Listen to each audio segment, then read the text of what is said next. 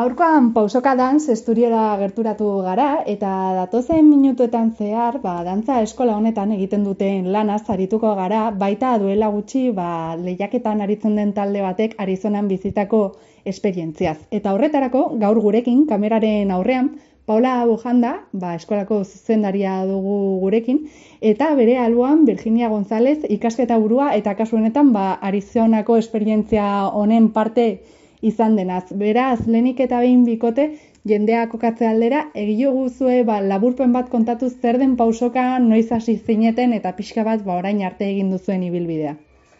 Bale, bueno, pausoka sortu zen, justo ikasturte honetan, pasatako ikasturtean, ospatu genituen 25. urte hurrena.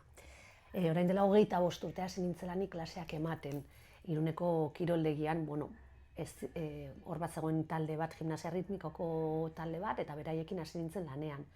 Eta hori da gure hasiera eta hortik egin ditugu zenbaketak, ez? Han egon nintzen urte askoz lanean, gero beste kiroldegi askotan, eta jendea poliki-poliki bilduz.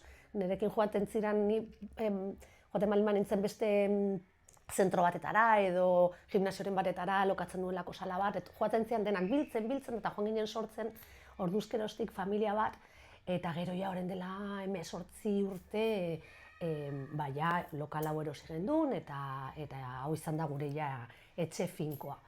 Eta konta zein da gaur egun zuen errealitatea, hau da, zenbat ikasle dituzue, zenbat talde, pixka bat ere, imaginatzen dut, ibilbide luze honetan dantzaren mundua asko aldatu dela, eta dantza mota berriak gehitzen joan zaretela, ezta? Bai.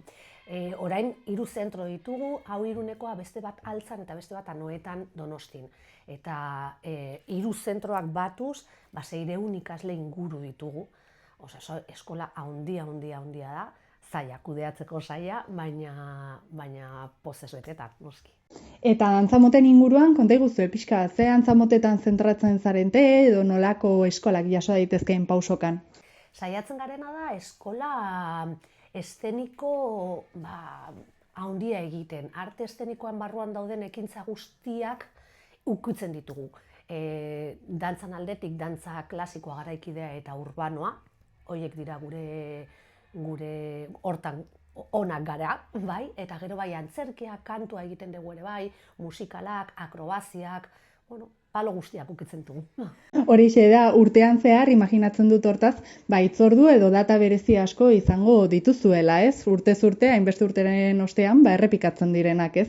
Bai, Gabonetan egiten dugu beti musikala, Gabonetako musikala, eta oso funtzio polita izaten da, eta gainera kanpoko jende pila bat etortzen da, bai Donostian, Doain, Lasarte, poliki-poliki joan dira enteratzen, eta oso plan polita da, familientzat zer da, kurtso bukaerako emanaldi bat, asko lantzen dugu, produkzio aldetik inbertsio handia dago, eta bai, Gabonetan egiten dugu beti musikala handi bat, eta gero, inauteriak eta beste zenbait gauza.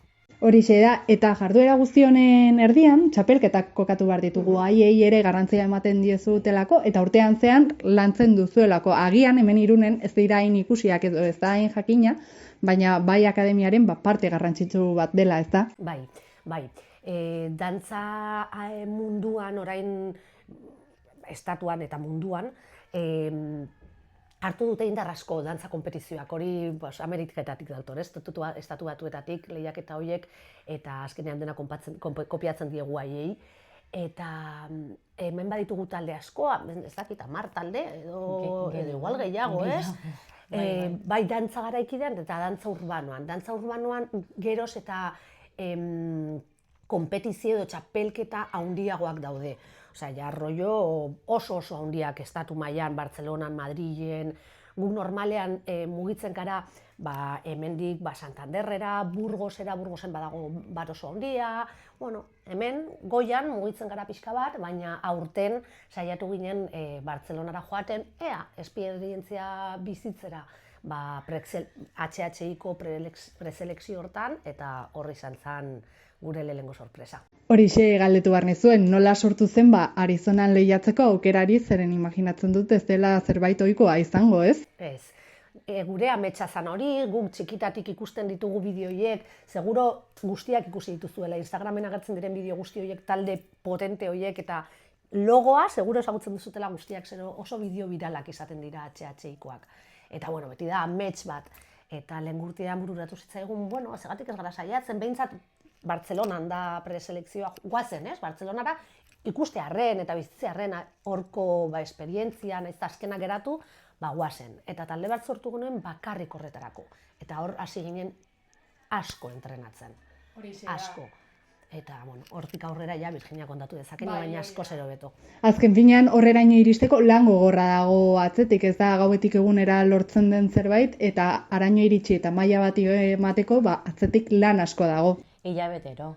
Bueno, Joseba Bergara izan da koreografoa, eta gero gu hemen entrenatzen eta bar, hilabetero izan dugu entrenamentu bat agian 5 edo 4 ordu atope, eta orain ja udaran entrenamendu gehiago, zeren ja Arizona ailegatzen zen, eta izan behar da, kaina hori. Eta konta iguzu, Virginia, behinan egonda nolakoa izan da esperientzia, oso aberasgarria imaginatzen dut, ezta?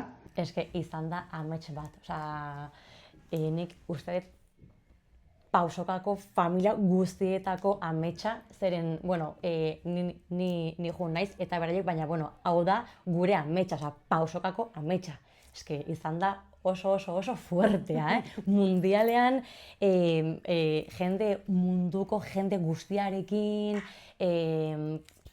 koreografoak, entrenatzaileak, ume asko, baita ere gurasoak, adin guztietakoak, pasada bat izan da, pasada. Horregatik imaginatzen dut, bai dantzarientzat oso esperientzia aberasgarria izan dela, ez bakarrik dantzaren aldetik, baizik eta bizitzan irabazten den esperientzia horietako bat, eta beti gogoratzen den.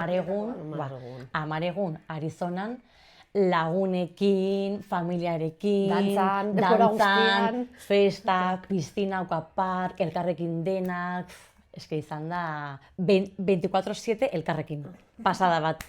Eta konta iguzu, txapelketari dagokionez pixka bat nola lehiatu zineten, nola izan zen bertan parte hartzeko esperientziak, eta gero emaitzei ere aipamen bat egin badie zaiekezu? Txapelketa han oso ikusgarria da. Lehenengo iristen ziren lehenengo gunean izan zen el Dia de las Banderas, horiek ere bai, ez? Olimpiadetan bezala joaten dira talde guztiak beraien banderaekin, eta, bueno, ja hori da oso ikusgarria. Eta gero ja ziren lehenengo parteak, ja pasatzeko, lehenengo, nola esango genuke? Lehenengo fasea, igual. Lehenengo fasea, hori da. Ja lehenengo fasea, eta hor, beraien kategorian, 60 taldek hartzen zuten parte, eta pasatzen ziren 30 talde finalera. Gure taldeak, AV, geratu ziren 32garrenak, eta gainera 0,04 puntos, osea... Como rozando ahí, madre mía, baina... Ya está, guretzat izan da, guk ez gauden ezer espero, zen gomo, ya está, dantzatu, beraiek eszenatotkitik jaitsi zirenean, negarrez, posik, beraien sentsazioa izan zen de lo he hecho mejor que nunca. Eta ya está, ya, eta, zirenean pasa, gu konten ginen, baina gero esan zutenean 0,04 izan zeko, hau da ja serio, Hau da serio, rozando el podium, horrek uste dut, motoi batu gaitula, itzuli behar dugu, ez? Urrengoan semifiladeretara, bai. Eta gero imaginatzen dut, azkenean esan duzu esperientzia hau akademia guztiarentzako izan dela, orduan imaginatzen dut akademian dauden igual txikiagoentzat ere eredugarria izango dela eta baita motibagarria ere, ez? Bai, total. Daude, Virginiak prestatu ditu blog batzuk gure sare sozialetarako, eta bueno, zakitzen bat visualizazio izan dituen, eta gero hemen eskolan, ni hemen egondu naiz, eta jendea etortzen zan, da, ¿cómo están? ¿Cómo no sé qué? Bueno, jaso dugu eskola guztiaren aldetik maitasun pila bat, eta txiki guztiak daude, guztiak jo nahi dute Arizonarak. Hori da, jaso dutena, ona delako izango da. Hasi gurasoak diru aurratzen. Eta konta iguzu, hemendik gutxira imaginatzen dut da iraiarekin batera ikasturte berri bat hasiko duzuela. Konta iguzu, nola begiratzen diozue ikasturteari behin esperientzia hau bizi ostean, ezakit berrikuntzarik dakartza duzuen edo pixka bat zeintzuk izango diren aurtengo helburuak? alde batetik obra txiki bat egin behar dugu, sala batzuk, argi politak jartzeko, eta horrelako gauzak, eta hori asko gustatzen zaie, jendeari, ez, instalazioak pixka bat hobekuntza, eta gero oso motibatua etorri da Virginia, Hurakan Virginia deitzen diogu hemen, claro. Eta orduan, oraindik ez dugu aukerarik izan biltzeko, baina, telefonoz egon garenean, ez de, quiero hacer esto, y quiero hacer lo otro, y quiero hacer no sé cuál, y quiero hacer no sé qué. Guzti hori orain forman eman behar zaio, baina, oso motibatua zaude, oso super inspirada eta dena. Eta jarriko da, orain jarriko ditugu helburu guztiak, baina hemendik gora. Bai. Horixe da, imaginatzen dut azkenean, horrelako akademia batean, etengabe berritzea garrantzitsua izango dela, ez? Urte asko daramatzazue zuek, ibilbidea hasi zenutenetik, pausoka bezala, baina berritze hori garrantzitsua izango da, jendea erakartzen jarraitzeko, ez? Bai. Nik pentsatzen dudana da, hemen jarraitzen dugulako benetan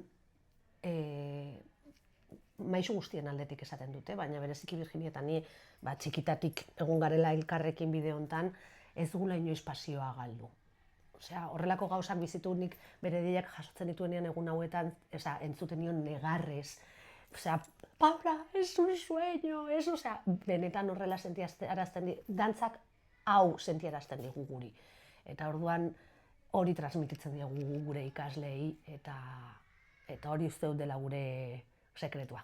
Horixe da azken galdera zuzen, hau da, dantzaren bitartez, dantza egiteaz gainera, gorputza mugitzeaz gainera, zer ikasi edo disfruta daitekeen zuek horretan adituak zarete, beraz, zer uste duzue? Zer ikasi? Zure buruari aurre egiten, komunikazio eredu bat ere bai, edo modu bat, arazoi aurre egiteko modu bat, nerabeek gehien bat,